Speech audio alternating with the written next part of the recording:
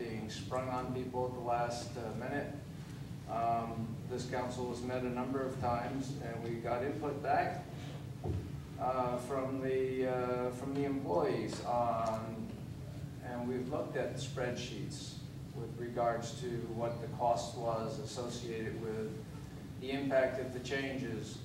Those were prepared by city staff and presented on a number of occasions, and in each case, the proposal that you see on the table has actually been an increase from where we started, when we had the first round of discussions. And so there have been 3 such increases from where we started. So you can't have three increases if in fact there's been no discussion. But that's the brush that this council is being painted with, is that you never talked to the employees, we never had any input, we didn't know anything about this. Well, we have. We've heard it. And we've increased the numbers. First, when we looked at the numbers possibly being unfair, then the chief gave us, and the interim city manager passed on information on what the new healthcare costs were going to be in 2013, and we increased the numbers, some as much as $200 a month per employee, because of those numbers went up, and we felt it was unfair. So it's not that we haven't discussed this, or it hasn't been discussed with the employees. The employees had knowledge of this, and the employees brought their concerns back. Some of their concerns and some of the comments about a 20% increase, the 20% increase is, in many cases, is associated that they're on a high-end medical plan, and we're offering more of an HMO type of a plan. And we're saying that's essentially fully funded for you and your family. But they may choose, they don't want to change doctors. The same as all of us have to make those decisions. Do you want to have a high-end health care and have no deductible for your prescriptions, or do you want to pay $10 or $20 for your prescriptions and you have a lower premium? So if you don't want to make any changes and you want to stay at the high end, then yeah, of course you have to pay that extra. That's a choice an employee and each of us make every year when we go through our sign-up. We tried to get this activity through in October and in September because of the fact that people had to sign up. We were assured that they were made well aware when they were signing up for their health care what the limits were. We were assured by the interim city manager that every employee knew what the situation was before they signed up. So to be told we didn't know anything about this, I think really is a little off. And the council did listen, and the council did make changes. And so I think that we've been painted a little bit with an unfair brush here.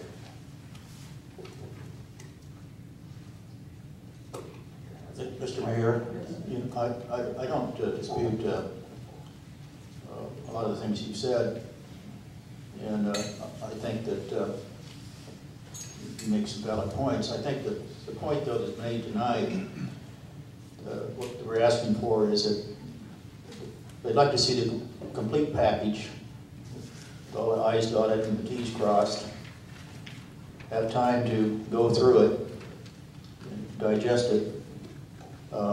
We could argue, I guess, that, okay, they've had visibility of most of the package, but there has been some recent changes. I just don't think it looks good to say, okay, here are the changes at 4 o'clock in the afternoon, or whatever the timing was today. I've forgotten the timing of the thing. Here are the changes, and we'll talk about those things more in December, and just feel good about the rest of the thing. And I feel I need a little more time based upon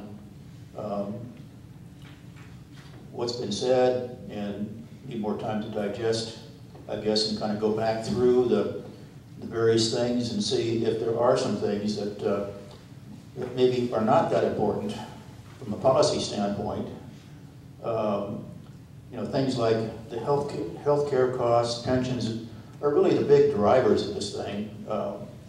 Whether there's furloughs or not furloughs and that type of thing, I think is down in a much lower level. So, you know, I hear what you're saying, but I just don't think it hurts to consider this for another month. Well, my comments are, Councilmember Carlson, that the changes that were made from the document that the employees saw before we saw it at the special meeting on the 19th, the bill made today that he sent out that had the yellow items were, in my mind, cosmetic changes, wording changes, maybe made things with belts and braces as opposed to if they could have been implied. And I've got, I think, Bill, you more or less agree if I'm saying something out of school. Were there substantive changes in the changes that you made today? The only substantive changes that were made, we clarified that it really should have been all along January 1st, not October 28th. Right. And Steve is right that one thing says 1 month and the other thing says the other month, but the intent is the 1st of January because that's the CalPERS requirement. So I really don't see any need to continue to push this off. We've pushed it off, and pushed it off, and pushed it off, and pushed it off, and pushed it off. And you know, unless there is something that's substantial, I just don't see that we should pass this so that we will decide whether or not we want to pass it again next month. To me, that makes no sense. So I'd like to make a motion that we pass this once and for all. Second. So we'll take a vote. All in favor? Aye. The discussion is that I will vote aye only because I would like to bring this back for reconsideration in December. And if I vote no, I cannot do that. Well, but the motion was that we pass it without reconsideration. No, there's no No. such thing. Cannot do that. You can't do that. All right. And just to be fair, there is confusion in our own rules. And there is confusion in our own rules because the rules that were adopted in 2009 say you have to make a motion for reconsideration at this meeting. But the rules that were put on the table, again, the city code says the city attorney is the parliamentarian. Okay. And I did bring these rules back from the league meeting and said these are the ones that should apply. Okay. Apply the normal Robert's Rules of Order. Method of reconsideration is that anybody in the affirmative can reconsider it at this meeting or the next meeting. And if anything after that is untimely. Okay, fine.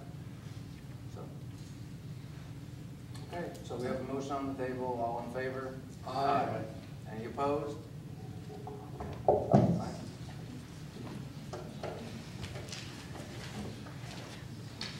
We are now on item number 12, the EIR for the Menlo School.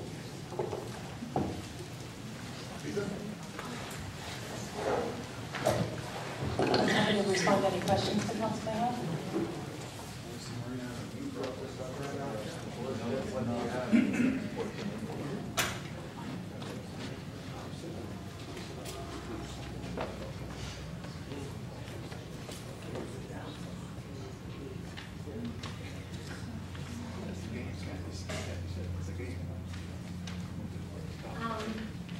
So I brought this out because I wanted to talk a little bit about it.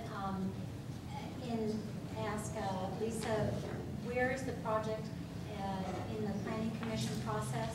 And how will our residents have an opportunity to participate in this? Because it is quite significant project. And is there going to be more public outreach? Because the residents along Ripley Meadows are going to be very impacted, and hopefully that the project, I think it's a grand opportunity to reconfigure that whole section of playing fields for Menlo College and make it much better, maybe much better access, ingress, egress, so that it mitigates some traffic issues along that. Do you have any insight that you can share with us about it? Absolutely. Menlo College and school, it's a joint project between the two entities, have discussed the concept of this project and gave us some very preliminary concept plans. They have not submitted a formal application at this time. And the reason they gave us that preliminary information was to get some feedback and discuss the process. So once we took a look at those plans, we determined that it would be appropriate to prepare a full environmental impact report. And the reason we decided to go with the full EIR as opposed to going through the steps of the initial study and possibly a mitigated negative declaration is for the expanded opportunity for public outreach and comment, and it creates a more thorough document and more thorough analysis. So in our interview process with the consultants that we sent RFP for to prepare the EIR, the consultant that the group that conducted the interview unanimously recommended is Lanphier Gregory. And one of the reasons for that is some of their conversations about how they would conduct that public outreach, the information they would be able to give at the meeting. A lot of times what you see at a meeting is a consultant stands and says, well, that doesn't meet CEQA threshold, so I'm not analyzing it further.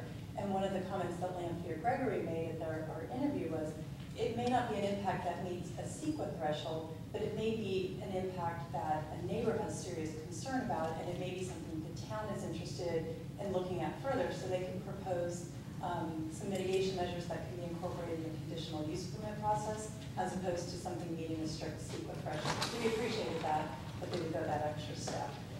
As far as the public outreach, Menlo School and College have already outreached to their immediate neighbors. We've encouraged them to do that on multiple occasions to try to resolve any issues ahead of time. So they've started that conversation, and we will have a scoping meeting where before Lanphier Gregory starts any work on this, we will have a meeting with the neighbors and Menlo School and College and say, okay, here's what we're looking at analyzing. Do you have anything else you want us to further analyze? So that will be the first step. And then we'll circulate the draft environmental impact report for comment. We'll have another hearing on that with the Planning Commission, another hearing with the final environmental impact report, and then it would come forward to the City Council for consideration. So Lisa, follow-up question. You've seen the preliminary plan? Yes. Is there any thought of making ingress, egress off of El Camino, or is it all still going to come off of Alejandro? I believe there is a concept for a driveway, but there's obviously some issues that need to be discussed with Caltrans to get that access point. So they are looking at a lot of different options. The other thing we liked about this consulting firm is the high-level transportation sub-consultant they've selected with Crane Environmental. I've had experience with them. I was also very impressed with their noise consultant and how they would be having the information that would be very easily conveyed to the residents, something in a map format that they could really easily understand the impact. Okay. That's all I wanted to. Okay, make a motion. I'll make a motion. You can. Okay, right. So, any public comments on Menlo School? Seeing none. Any other council comments on Menlo School? So can we have a motion No, on? I can move on this one. Yes, you can, Because because it's the Menlo one we School. didn't- Oh, But you can't motion this one, but you'll be recused from the next one. So can we have a motion on the EIR contract for Menlo School? So moved. I'll second. Okay, all in favor? Aye. Okay. Next is number 14, the volunteer party. So, I don't believe you voted on 13. Maybe I could look back to the city clerk. Yeah, they did. They voted. I thought we did. Elizabeth recused herself and they voted. We only voted on Oh, okay. 17. They didn't take the whole leftover. Okay. Are there any council comments on number 13, Sacred Heart Prep EIR? Seeing none. Any public comments on the EIR for Sacred Heart Prep? Seeing none, I will close the public comments. Can we have a motion or any further discussion on the EIR for Sacred Heart? Move to approve. Okay. Second. Recused. All in favor? Aye. Aye. Okay, passes 4-0. Okay, number 14, the volunteer party. I wanted to have this pulled as well as Elizabeth and Jerry. So I'd like to start. I brought this subject up, which is why I would like to start. I thought that we have a lot of volunteers here in the town that do a lot for the town, as well as our employees do a lot for the town. But specifically, the volunteers need to be thanked in some way. At the League of Cities meeting that I attended in September, and I still owe a trip report on, it was a session put together by Carlsbad. They get over 109 hours, that's 54 effective heads of volunteer work from a town that's, while it's larger than this town, it's not significantly larger than this town.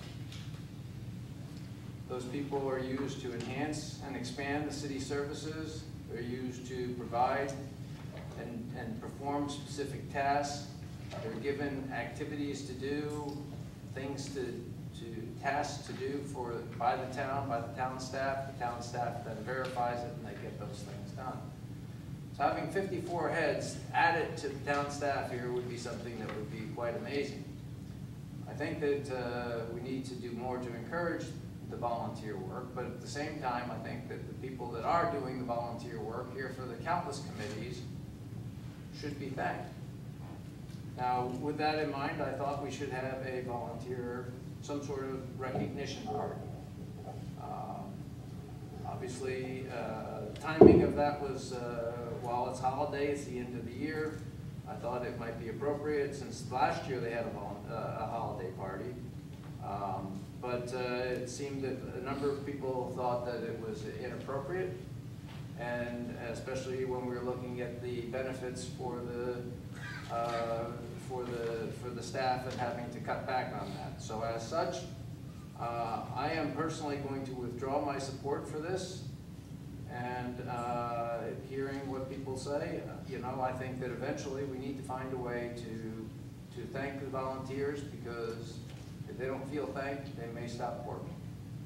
And we need to get more, especially as we move forward. So I'm withdrawing my support for number 14. I will vote no on 14. I will tell you that's my position. Jerry, you wanted to also discuss this. No, with your comments, I won't make any further comments. I'll support your vote. Elizabeth? I support your vote. Great.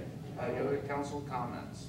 I will say that the first thing I thought about here when it was proposed was I'm pretty mixed in it, but I would want to know how many volunteers would attend before we spend $6,000. And therefore, I think I'll go along with the mayor and say I support the mayor on this one. I appreciate all the preliminary discussion. Well, we're going to hear from the public. Usually, we don't say how we're going to vote until we hear from the public. Okay. Public and comments. I'd rather have the money. It's not up for debate. Okay, closing public comments. I'm still not in favor of this proposal, and I withdraw my support for it. So can we have a motion, unless there's any other comments? I move we let this motion go. Second. Okay, so we'll take this off the table. I think it's unanimous. So No action? no action. Okay. Complete Streets, number 16. I had it pulled, and I think Jerry, No. did you want to have comments on it? No, I You don't don't. want to make comments? Okay. Did you want to make your comments? I asked for it to be pulled and discussed.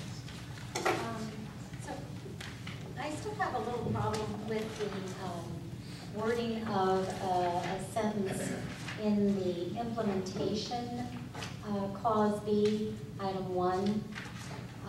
It's a very long sentence, and the word that is bothering me is the word approval in the last line of the paragraph. And I just don't think it's the correct word. I think it shall not be required if the city manager provides written explanation for the basis of such deviation, instead of written approval explaining the basis. So that's, I think that the intent is to say that consistency shall not be required if the city manager provides written explanation for the basis of such deviation and not written approval. So change. Okay, and my comments are these. First off, I thought when we discussed it, we felt we wanted to have a specific comment that ties this resolution to our general plan as it is changed from time to time. And while I think we moved in that direction and we did make some nice wording changes, changing some shall, taking some shalls out, etc., I do not believe that we're very clear. So I think that in section 1, we can make a change either in section 1, A1, or B1 by adding at the end of A1 in accordance with the general plan, or in B1 at the end of consistent with, before like, local bicycle, etc., it says consistent with our general plan, comma, local bicycle, pedestrian, etc. So, or put it in both, belts and braces. I think B1 probably makes the most sense. Okay. A1. Because A1 kind of sets the tone, I How do you say think, A1? going. Yeah, I actually wrote it in both, but I'm not going to be picky as long as it gets in. It should be. I'd like to see it in both. My other comment, and George says perhaps we can't make that change, but what I said is in number 2, it said we should maintain sensitivity, local conditions, and work with, and it should say its residents to ensure, I took out, and other stakeholders. Now, the city manager said that, well, the stakeholders could be Caltrans, it could be Samtrans, we may have to touch base with them, and that may be the case. I'll defer to the city attorney, but I think the sensitivity, we really want to listen to our residents with regards to this. Later on in other sections, it talks about that we will work with bicyclist groups, etc., and we do say that we will make sure that our roads and that are established to provision safe travel for all users. So that covers all stakeholders, but specifically calling out all stakeholders. We could have Menlo Park coming over here saying I'm a stakeholder because I want to have my bike lanes continued in here. And so you guys go spend your money putting in this or that, and we may not want to do it. So I thought that maybe we could take that out. Other than that, Mr. Mayor, can I just, I get what you're saying, yeah. but I also want to explain, this is a statewide plan. I understand. And they put words like stakeholders and things like that in there to make us listen to our neighbors. Because sometimes we're very parochial and say, well, you've got your problems, we've got ours. This is designed intentionally to make us cross boundaries and look at other people and listen. A stakeholder could be somebody with a delivery truck that drives down Middlefield Road, and we're changing the geometry of an intersection, they can't make the turn. So this says we have to listen to everybody, even those people that don't live here and pay taxes here. And I think we'd be in trouble with the state if we changed that. Okay, since it's in the principles section, I've got no issue. Okay. But if you put the general plan items in A1 and B1, or one or the other, I would appreciate it. Both would be great. Okay, any other council comments? Yes, so this came up at Transportation Committee, and I think that just for the residents, one of the reasons for having this resolution is so that we can apply for government grants. If we do not approve a resolution which has got the right wording in it, we will not be eligible for government grants. and therefore even thought there was some discussion at the Transportation Committee that we don't want other people dictating to us what we should do with the roads. I think it was made clear that's never going to happen, but we do need this resolution. Otherwise, we would not be eligible for any government grants. Thanks. And what we discussed at the council meeting, was that the cost associated with matching the revenues that come in, we wanted to make sure that this, that's why we wanted to get our general plan for it. Okay. Any public comments on the smart streets? Complete streets. Seeing none, we'll close it and we'll come back to council. Can we have a motion or further discussion? So moved with the changes that indicated. Second. All in favor? Aye. Okay, so the motion passes. Is there a second on that? Yes. Okay, that completes the consent portion of the of this council meeting. We now move to the Caltrans presentation here on the potential traffic light signal, and I believe that we have the District 4 Traffic Operations Division Chief here, Roland Young. Are you going to be making a video presentation? No, I decided not to because the information is not quite as important as anything. Just have a look present to you. Okay, that's fine. Yeah, if you need additional information, more than happy to present in the future. Good evening, my name is Roland Young. I'm the Chief of Office of Traffic for Caltrans District 4. And tonight I'm going to talk about the study for the consideration of signal installation at the intersection of El Camino Real and Shelby. To do the study, we went out and collect 12 hours of vehicular volumes.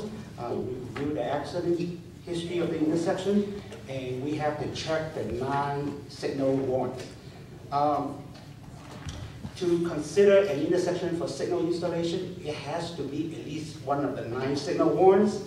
And after we check the signal warrant, we found that the intersection met 3 of the 9 warrants. The 3 warrants that were met was warrant 2, the 4-hour vehicular warrant that was met, and that warrant was based on traffic volume only. Also, the peak hour warrant was met, and that warrant also was based on peak hour traffic volume only. And warrant 7 is what we call the crash experience warrant, and that warrant considered both the accident histories and also the vehicular traffic. So 3 warrants were met for these intersections, and so this intersection can be considered for signal installations. It's our policy that for signal installations, the cost of the project, signal projects, also the future operations and maintenance costs to be shared with the locals.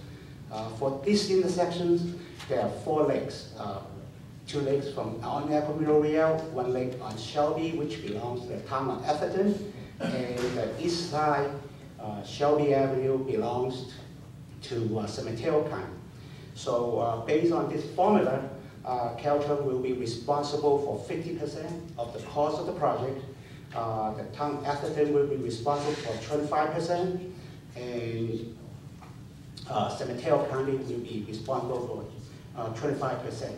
I mentioned that this intersection met the crash experience warrant. We have looked at a 12-month period, and there were 8 reported accidents. Most of the accidents involving turning vehicles from El Camino Real onto Shelby Lane. So, we present this to the City Council for the consideration whether we should continue to pursue the installation of signal at these intersections. Thank you. Any questions? Yes.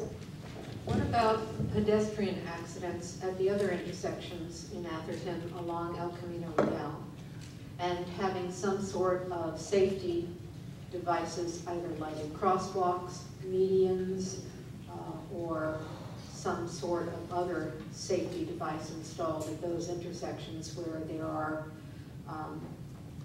unsafe conditions for pedestrians crossing El Camino Real? Okay, first of all, for the unsignalized crosswalks on El Camino Real within the town limit of Atherton, last year we went out and installed additional pedestrian warning signs, and also those signs that say yield to pedestrian, and also what we call the advanced yield line before the crosswalk. We also highlight the crosswalks. In addition to that, last month we met, Caltrans met with the town staff, both the police department and the engineering staff, to went over the pedestrian safety issues along El Camino Real, and we will continue to meet to find feasible solutions. At least, we are proposing to install what we call a rapid rectangular flashing beacons. Those are the flashing beacons that can be mounted on the side of the road or overhead to be actuated by pedestrians. When the push button is pushed, then the rapid flashing beacon will be activated, and then it will be flashing at an irregular rate, similar to what you see on the police car. But those are yellow lights. But they were listed in your report as short term, and when we sent the letter to the director, I specifically asked to get a kind of a calendarized what's short term and what short term means and long term. And so I guess from the report of the meeting that you had in October, I don't know if there's been subsequent meetings because there hasn't been any reports that have come out. I guess, and I realize that's not the subject of this discussion, but if you could take back, I'd like, and I think the whole council and the whole town would like to know some specificity as to short term means in 2 months, 1 month, and long term means, because there were some long term and short term. So the short term things would help remedy the situation and take away some, perhaps some danger. Right now it's actually even worse because there aren't any crosswalks there at all.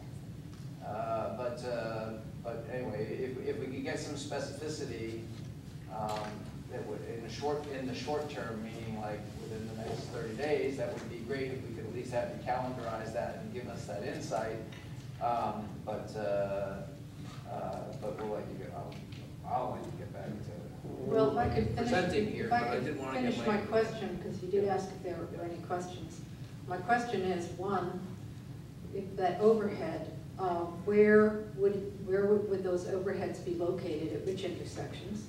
What would be your scheduled date for installation?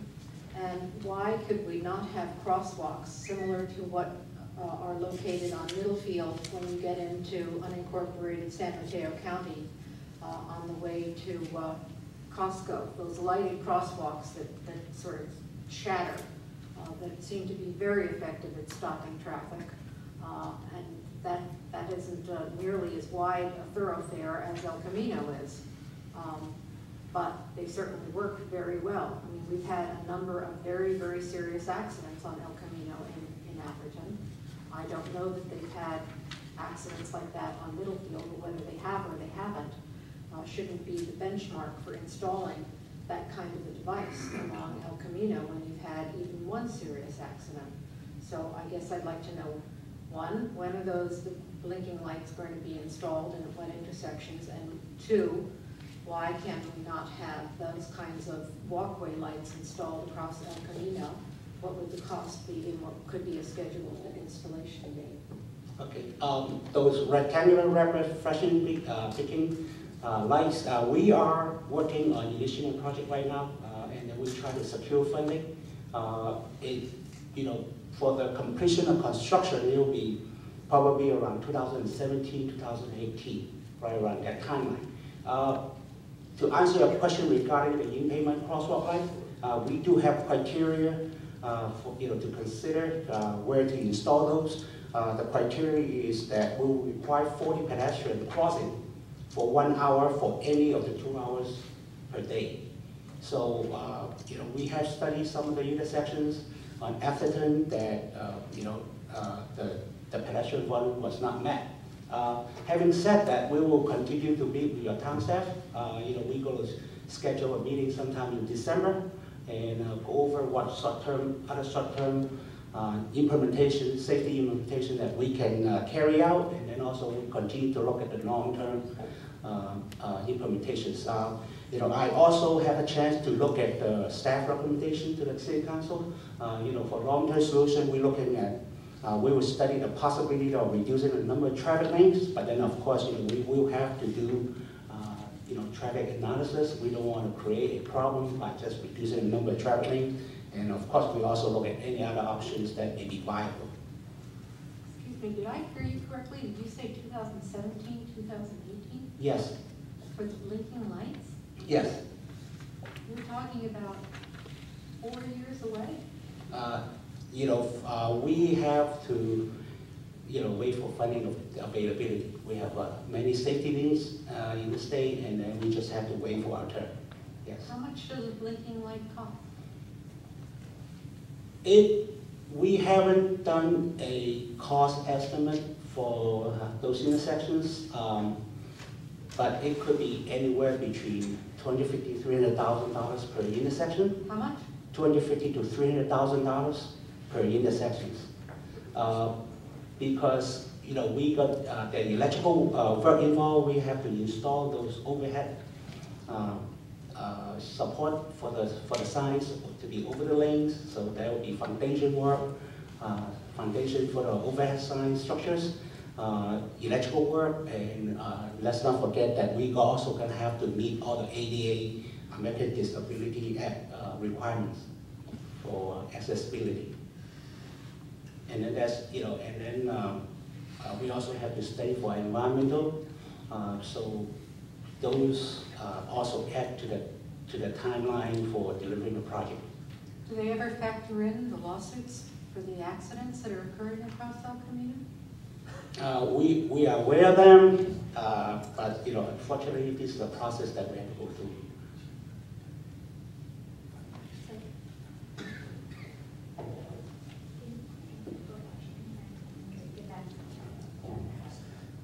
Thank you for coming tonight. The weather and weathering the meeting to this point.